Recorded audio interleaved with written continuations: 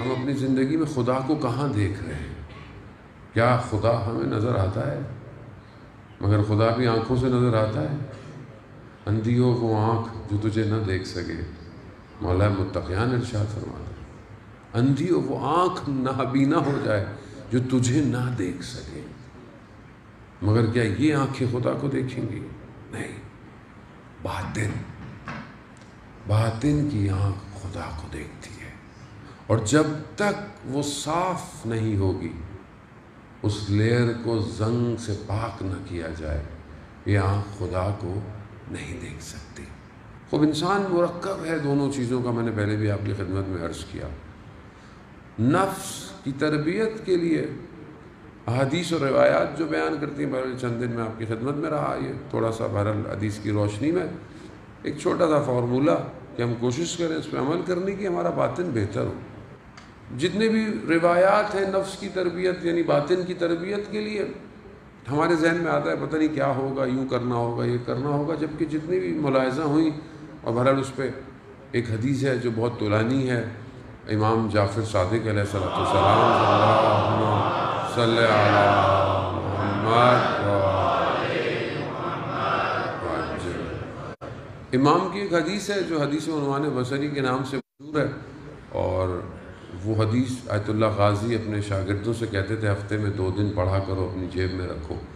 وہ تربیت نفس کے لیے بہترین حدیث ہے، اور سیر و سلوک کے لیے کہ انسان اگر اپنی روحانی تربیت چاہتا ہے تو یہ حدیث، اس حدیث کی شرح ہے تقریباً 350-400 صفحے پر، جو اردو میں تقریباً پرنٹ پہ ترجمہ ہو چکی ہے اردو، اور میرے خیال میں شاید ہفتے 10 دن میں جو ہے وہ پرنٹ ہو کے کتاب آ جائے گی۔ ابتدائی سیر و سلوک کے مراحل کے نام سے کتاب ہے، آیت اللہ محمد باقر تحریری کی ہے، ترجمہ ہو چکی ہے۔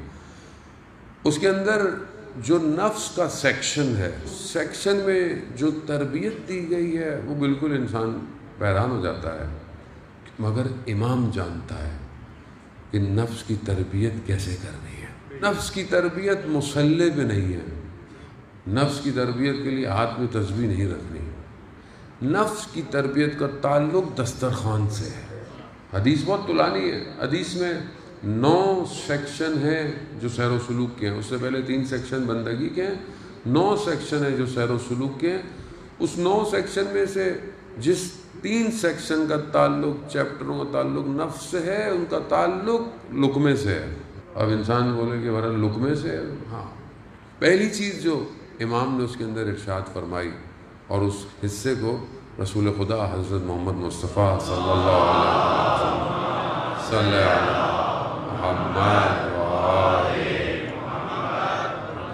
رسول خدا سے بیان کیا کہ جب تم دسترخوان پہ بیٹھو، کھانے پہ بیٹھو، تو تم بسم اللہ پڑھ کر بیٹھو، یعنی ہر لقمے سے پہلے یا کھانے سے پہلے تمہیں بسم اللہ پڑھنا ہے۔ کیوں؟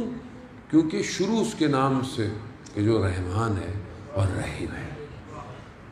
خوب ایک اور روایت ہے مولا متقیان سے، اگر تم ہر لقمے پہ بسم اللہ پڑھو، کبھی بھی وہ لقمہ تمہیں نقصان نہیں دے گا، مگر اس لقمے تک پہنچنے کے لیے اور بہت ساری حدیثیں ہیں کہ وہ لقمہ حرام کا لقمہ نہیں ہونا چاہیے، کیونکہ حرام کا لقمہ کبھی بھی انسان کو عبادت کی طرف لے کے نہیں جائے گا۔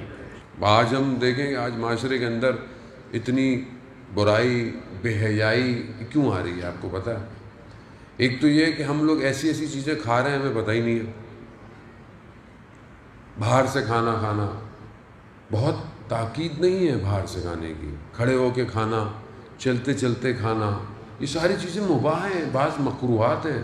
عبادت میں مکروہات ثواب کو کم کرتے ہیں، لیکن اعمال میں مکروہات اثرات چھوڑتے ہیں، اس کے اثرات ہیں۔ مثال کے طور پر عرفا علماء اتنا دھیان رکھتے تھے کوئی چیز خریدتے ہوئے کہ ایسی دکان سے پھل سبزی نہیں خریدو جو باہر رکھے ہوتے ہیں۔ کیوں؟ کیونکہ گزرتے ہوئے لوگوں کی نگاہیں اس پر پڑتی ہیں، اور کئی لوگ حسرت کی نگاہ سے اسے دیکھتے ہیں، وہ حسرت کی نگاہ اس کے اوپر اثر رکھتی ہے۔ تو کہا ایسی جگہوں سے کوئی چیز نہیں خریدو جہاں لوگوں کی نگاہیں بہت زیادہ ہیں۔ وہ ہمیں ان چیزوں کا علم ہی نہیں ہے۔ آپ بیٹھے ہوئے کھا رہے ہیں، شیشے کی دیواریں ہیں ریسٹورنٹ کی، باہر سے کوئی گزرتا ہوا جا رہا ہے، وہ آپ کو دیکھ رہا ہے، وہ ہر چیز کے اثرات ہیں۔ اب یہ ظاہر ہے یہ جب یہ ساری کھانے پینے کے کیوں لقمہ، یہ بغیرتی معاشرے میں اتنے آرام سے عام نہیں ہوئی ہے، کیوں وہ لوگ برہنہ ہو جاتے ہیں، ان کو کوئی غیرت نہیں آتی، کیوں؟ کیونکہ وہ سور کا گوشت کھاتے ہیں، سور کے گوشت بے حیا کرتا ہے انسان۔ اسلام نے جہاں منع ہے وہاں پر ایک یہ چیز ہے اس کے اندر خود جانور میں بے حیائی پائی جاتی ہے، کیونکہ ہمیں دین کی فکر نہیں ہے، جو دل چاہے جہاں سے کھاؤ کھا لو۔ عزیزانو لقمہ، اب جب ایسا لقمہ آپ کے پاس جائے تو آپ کہاں کی طرف تہجد میں کھڑے ہوں گے، آپ عبادت کریں گے، آپ کے منہ سے اچھے الفاظ نکلیں گے؟ نہیں نکلیں۔ آج آہستہ آہستہ ہماری بہنوں بیٹیوں کے پردے کیوں گر گئے؟ ان کو احساس ہی نہیں ہے کہ وہ حجاب ہی نہیں کر رہی ہیں، یا حجاب بھی ہے تو یعنی مرد کو کیوں احساس نہیں ہوتا کہ اس کی بیوی بے حجاب بازار میں گھوم رہی ہے؟ اسے نظر نہیں آ رہا؟ غیرت سو چکی ہے یا مر چکی ہے۔ خوراک لقمہ ہو ہی نہیں سکتا، حلال لقمہ ہو اور آدمی داڑھی رکھتے ہوئے شرمائے، کہیں نہ کہیں گڑبڑ ہے۔ یہی ایک لقمے کی تو جنگ ہے۔ مولا کا جاننے والا ہے، مولا کی حکومت آئی اور بیت المال سے جو ہے وہ تقاضا زیادہ کر لیا چاول کا۔ امام نے کہا کہ کس سے کیا ہوتا ہے؟ امام عدل کا امام ہے، جتنا سب کا حصہ ہے تمہارا بھی اتنا حصہ ہے، یہاں زیادہ حصہ، اور یہاں مجھے کوئی پوسٹ مل جائے، موقع مل جائے تو میں سب سے۔ عزیزانہ محترم، ایک ایرانی اس نے ہمیں خود بتایا ہمارے استاد آیت اللہ تحیری کے بارے میں۔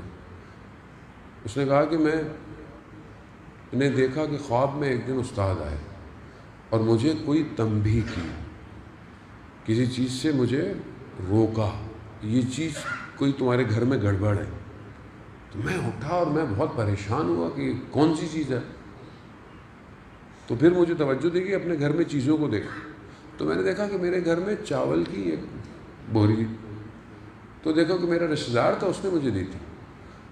تو مجھے باقی چیزیں سمجھ میں آئی، میں نے کہا اس سے پوچھوں کہ اس نے کہاں سے لی تھی یہ چاول۔ تو میں نے اس سے تو وہ کسی ریسٹورنٹ میں کام کرتا تھا، تو میں نے اس سے پوچھا تم نے چاول کہاں سے دیے مجھے؟ کہا وہ میرے ریسٹورنٹ میں ہوتے ہیں۔ کہا تم نے اپنے مالک سے پوچھ کے دیے یا تم نے ایسے اٹھا کے دیے؟ تو وہ تھوڑا گھبرایا، کہہ رہا دیکھو میں کچھ بھی نہیں کہوں گا، میں تو مجھے سچ سچ بتا دو، میرے لیے بہت ضروری ہے، میرا استاد میرے خواب میں آیا ہے۔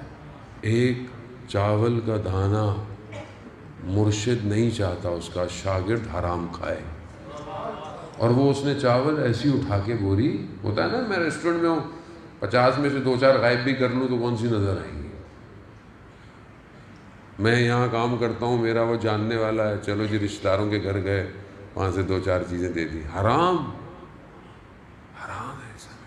حکمہ نجف کا طالب علم تھا، کہتا میں نے اپنے استاد کو گھر میں دعوت دی کھانے پہ، استاد گھر آئے، دسترخوان بیٹھا، استاد نے تھوڑے سے چاول لیے، کسی چیز کو ہاتھ میں لگائے، جلدی گھر چلے گئے۔ میں پریشان، اور میں جانتا تھا استاد کو۔ میں نے سب سے پہلے اپنی زوجہ سے پوچھا کہ کھانا میں سب پاک تھا؟ اس نے بولا ہاں سب صحیح تھا۔ پھر میں قصاب کے پاس گیا کہ جو تم نے مجھے گوشت دیا تھا وہ صحیح تھا، میں تم سے پیسے واپس نہیں لوں گا۔ اس نے بولا ہاں بس وہ صحیح تھا، لیکن جب میں نے گوشت کاٹ کے رکھا ہوا تھا تو ایک بلی لے کے بھاگ رہی تھی، میں نے اس کے منہ سے چھینا تھا، حرام نہیں تھا، کراہت آ گئی۔ پھر میں استاد کے پاس گیا، میں نے اس سے پوچھا کہ آپ نے کیوں نہیں کھایا؟ کہا مجھے گوشت نظر نہیں آ رہا تھا، مجھے غلاظت نظر آ رہی تھی۔ جب آدمی پاک ہو جائے تو اسے یہ حلال حرام نظر آتا ہے۔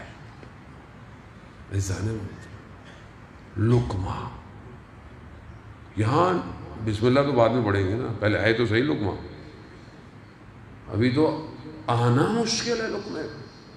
میں اپنے آفس میں کام کرتا ہوں، میری 8 گھنٹے کی ڈیوٹی ہے، میں 2 گھنٹے بیٹھ کے فون یوز کرتا ہوں بغیر آفس کی انفارمیشن کے، اپنے پرسنل 2 گھنٹے کی سیلری ملٹی پلائی بائی 20-22 دن، کیا کٹواتا ہوں میں؟ یا تو آپ کے آفس کو پتا ہوگا بھائی ایسا ہے سسٹم تو ٹھیک ہے، حرام ہے۔ جو عہد کانٹریکٹ کیا اسے پورا کرنا ہے. ہر جگہ یہی مسئلہ ہے. آپ پڑھاتے ہیں، آپ صحیح نہیں پڑھا رہے. اب ہماری تو اتنی پکڑائی ہے، وہ خدا ہی جانتا ہے. اللہ یہ زیادہ مجلسیں ہو جاتی ہیں، وہ ٹینشن ہوتی ہے. صحیح نہیں ڈیلیور کیا، ہماری تو کلاس کہیں اور لگ رہی ہے. سخت ہے. لقمہ بہت بڑے عالم دین تھے، انہوں نے اپنی اولاد کی تربیت کی، دیکھا کہ تھوڑی سی گڑبڑ ہوئی گئی. انہوں نے زوجہ سے پوچھا کہ میں نے تو حلال لقمہ کھلایا، پھر کوئی گڑبڑ؟ کہا جب یہ پیٹ میں تھا تو میں پھل کی دکان پہ گئی تھی اور انار چکھنے کے لیے میں نے سوئی انار میں ڈالی تھی اور انار کو چکھا تھا، انار لیا نہیں. وہ جو قطرہ تھا اس کے اثرات. ہم تو چلتے پھرتے بیچارے غریب ٹھیلے والے سے کئی پھل تو ویسے ہی کھول کھال کے کھا جاتے، پھر کہتے نہیں نہیں اچھا نہیں ہے، وہ والا دے دو. اس کا حساب ہی نہیں کرتے اور اس غریب سے اتنا کم کراتے اور برانڈڈ دکان پہ جا کے بغیر پوچھے کارڈ سویپ کرا کے آ جاتے. ہماری تو حالت ہی ہے. اعزاز محترم، خوب لقمہ معاشرہ ایسے برباد نہیں کیا جاتا. دشمن جانتا ہے ضعف کیسے پیدا کرنا ہے. ہم کس گھر کو مانتے ہیں؟ وہ گھر ٹھیک ہے، وہ غذائیں نہیں ہیں جو پہلے امام کے دور میں غذائیں تھیں. ظاہر ہے چھٹے امام کے دور میں وہ غذا نہیں تھی. حتیٰ خود دوسرے امام کا دسترخوان بہت مشہور تھا، دسترخوان تھا، لوگ کھانا کھاتے. لیکن لقمہ حلال ہونا چاہیے. ہمارا لقمہ، اور پھر اگر آپ خود کھا رہے ہیں اور آپ کا پڑوسی جو ہے وہ بھوکا ہے تو اس کو آپ کیا، اس کے بارے میں آپ نے، آپ کے فیملی میں کوئی بھوکا ہے. اور ابھی تو میں نے جیسے کہ آپ کی خدمت میں عرض کیا کہ یقیناً حالات بہت زیادہ ہیں. اوپر سے سود جو طبقہ، اب ہر چیز مہنگی ہو جائے گی، چیزیں شارٹ ہو جائیں گی. ٹینٹ جو ہیں وہ مجھے کسی نے بولا 15,000 کا ٹینٹ ہو گیا ہے 4,000 کا. اب آپ ظلم دیکھیں. البتہ وہ کسی نے بہرحال ہمیں آج بھیجا کہ اوریجنل پرائس پہ بھی 3,000 کا ٹینٹ، مطلب غیرت مند لوگ باقی ہیں ابھی. ورنہ آپ سوچیں کہ اس ٹائم ضرورت تھی بھائی، آپ کو جو فائدہ ہے وہی لو. لیکن ہم ہر جگہ یہ حرام لقمہ جب آتا ہے پھر آپ کہاں عبادت کے لیے کھڑا ہو. وہاں جب کھانا آئے تو پہلے کیا چیز؟ حدیث میں ہے کہ کھانے سے پہلے، خود سنت نبوی ہے کہ کھانے سے پہلے ہاتھ دھو. ہاتھ دھونا کھانے سے پہلے ایک تو جراثیم کو دور کرتا ہے، اور جب تک ہاتھ گیلے رہے کھانے میں برکت رہتی ہے. خوب بسم اللہ پڑھیں. دوسرا، کھانا کو 3 حصوں میں اپنے شکم کو تقسیم کرو. یہ سب کا تعلق نفس سے ہے.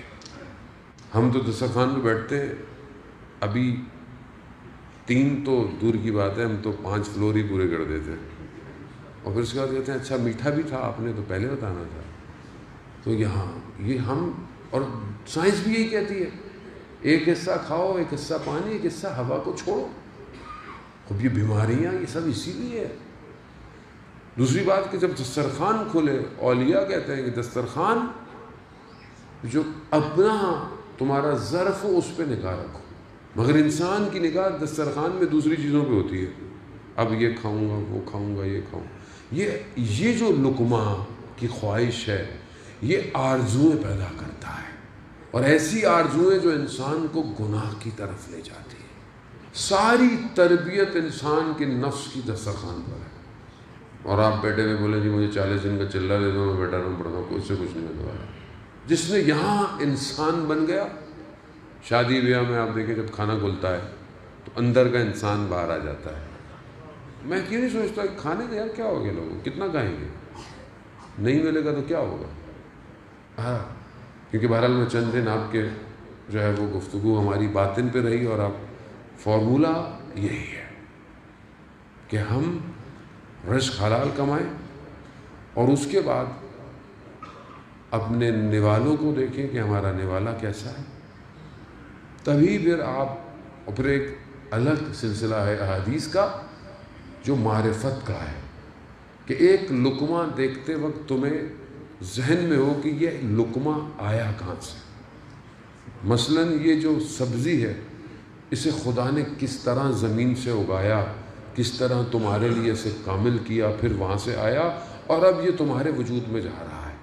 مگر اس کو آپ نے اتنی تیزی سے سوچنا ہے تاکہ آپ اس کا شکر ادا کر سکیں کہ پروردگار تو نے مختلف درختوں میں، مختلف رنگوں میں، مختلف ذائقے بھرے ہیں.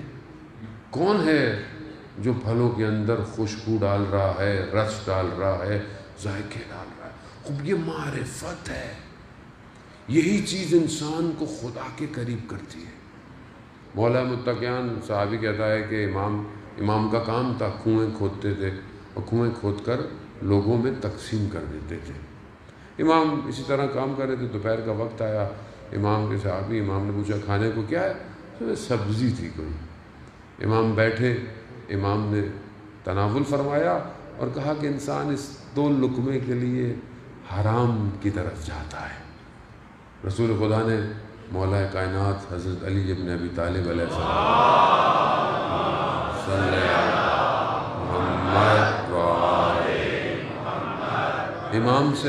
امام سے کہا کہ کچھ بھوک لگ رہی ہے، کچھ کھانے کو ہے. امام گئے لینے، دیکھا کہ خاتون مٹی کے گاروں کو رکھ کے کھڑی ہے، اسے پانی چاہیے تھا. تو اس نے کہا کہ پانی مجھے لا کے دے. تو امام نے چند جو بھی ظرف ہوتا تھا اسے پانی بھر کے لا کے دیے تاکہ وہ مٹی کو استعمال کر سکے اپنے کسی کام کے لیے. اس نے اس کے بدلے میں امام کو چند کھجوریں دیں. امام ان کھجوروں کو لے کر رسول خدا کی خدمت میں گئے. کہا یا رسول اللہ، حلال کی کمائی ہے، کائنات کا امام ہے. چوتھے 5ویں امام سے غالباً دھوپ کی شدت ہے اور امام کھیت میں کام کر رہے ہیں. شخص آیا گزرا، کہہ رہا کہ کیا آپ دنیا پرستی کے کام کر رہے ہیں آپ اور اس ٹائم کھڑے ہوئے کھیتی باڑی؟ امام نے کہا خدا کرے مجھے اسی حلال کمانے پہ موت آ جائے. ظاہر ہے جب امام سیرت دیکھیں گے تو جانے موت. ہم اس طرف متوجہ نہیں ہیں. اگر فاقے تھے تو تھے فاقے، وہ مشکلات تھیں تو تھی مشکلات. یعنی یہ اس لیے نہیں ہے کہ ہم جو ہے وہ خود سمجھے. جب امام جو ہے وہ خود اس طرح کے کام کر رہے ہیں، کس لیے؟ تاکہ ہماری اصلاح ہو سکے. محمد والے محمد کی عظمت پہ بلند تر صلوات. اللہم صلی علی محمد وآل محمد وعجل. اور جانے وطنوں اپنے باطن کی طرف ہم متوجہ ہوں. خوب ظاہر ہے جب تک آپ کو باطن کی لذت کا احساس نہیں ہوگا آپ دنیا کی لذتوں کو ترک نہیں کریں گے. جسے مناجات کا لذت مل جائے، جسے خدا سے گفتگو کی لذت مل جائے، اس کے لیے دنیا کو ترک کرنا آسان ہو جاتا ہے.